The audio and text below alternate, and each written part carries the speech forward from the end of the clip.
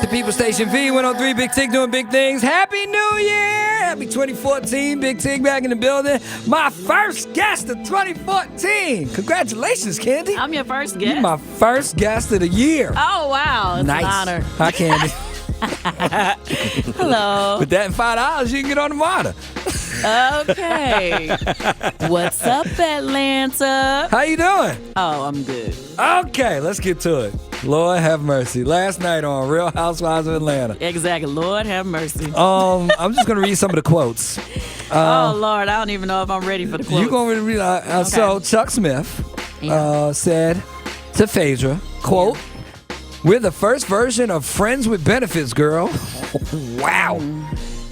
Nene said, "So y'all had sex?" Chuck said, "Hell yeah, we did." He claimed they had never taken Phaedra out on a date. He said, quote, "I had 6 different chicks stashed into the corners. You were part of the team, you and Kandi." Said I was kicking it with you and Kandi at the same time. Last but not least, he said, "I made Kandi think she was special. No question, I lied to her. I was the big homie for a lot of people." But then he said that y'all wasn't really dating, but then your family almost turned him out with cooking. What's going on, Kandi? Well, first of all, let me be very clear. I'm one of those people, like, I know the difference between kicking it, or what he said, being friends with benefits. Friends with benefits. I'm very grown. I know what that is, and I know what a relationship is. Okay. And we definitely was in a quote-unquote relationship. Okay.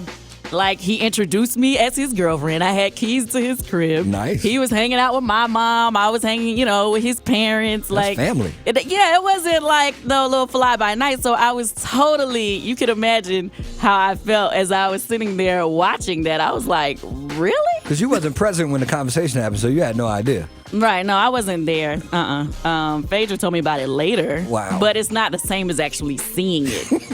You get what I'm saying? Like, seeing it. And people that knew me from, knew us back then, right, were like, call it, like, are you serious? Is this dude really saying, So it was just shocking. I woke up to like 2,000 retweets. Kandi, you tweeted last night, "There's so much I can say about tonight's episode, but Well, yeah, people, on one side of you really want to go in, but the other side is like, okay. Go ahead, Kandi. One end, you want to go in, and the other end is like, you feel like, okay, well, I'm engaged now. You know what I'm saying? I'm happy in my relationship or whatever. He's been married. I don't even understand why him and his wife are talking about me. They've been married for a while, right? Right. And for the life of me, I couldn't understand, like, okay, because I don't know if you know, like, have you been watching? I watch on and off. Okay. Well, a couple weeks ago, his wife approached me. Right. In front of all the girls at that, right, to say something like, Chuck had told her he had kicked it with me for like 2 weeks or something. Oh, excuse me. My bad. Oops, my bad. Did you beat me? Yeah. Oops. We bleeped you. Oh, thank the Lord. I had got too comfortable. I see. So you make me too comfortable. I'm sorry. So anyway, he said some stuff like that? Yeah. That's the first time I accidentally said it. Oh, I don't know nothing. Go ahead. Yeah, sorry. Okay, anyway, so the first thing, when she said that to me, I was like, okay, that was 20 years ago. Right. Well, it really wasn't even quite 20 years ago. It's about 15 years ago. So I'm like, it really wasn't, it's not relevant anymore. So long story Why are you short, asking me about that? Mm-hmm. Y'all had a real relationship in your opinion. Oh, you said in your opinion. No, period. Okay, well, I have to say in your opinion. Okay, well, let's say this. If you tell me this. You being a man. I'm a man. You give a girl a key to your crib. Right. She comes and goes, and she's there. Stuff is at your house. Yeah, first of all, we can stop the conversation right there. Okay. You have a key to my crib. Okay. Use wifey. Okay. Yeah, no, you're not getting the key. Okay, but are you? So to me, it's like, okay, hearing him talk. Not a friend with benefit had a key to my house. Hearing him talk, I was like, okay, well, when he said the part about he was taking advantage of a young girl, I was like, wow, he really went out of his way to take advantage, to hang out with the fam, to be doing all that stuff. Like, that was deep.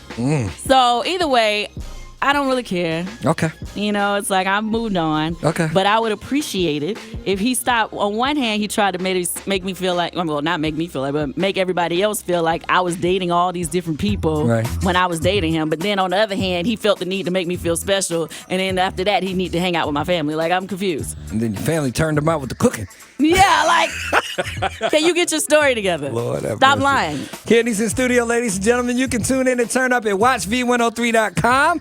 When we come back, we will switch gears a little bit. There's a lot of messiness going on with babies popping up all over the place. We're gonna talk about why do women stay? Would you stay? That's the question we're gonna ask. I'm gonna ask you too. Don't answer it yet, Kandi. Would you stay if somebody you're in a relationship with has another baby on the way, clearly while y'all are in your situation? And if so, why? We're going to talk about that when we get back. But first, let me help you navigate this ATL traffic. Charlie Sear, what's the deal? Well, the deal is, I think a lot of people did not go to work today.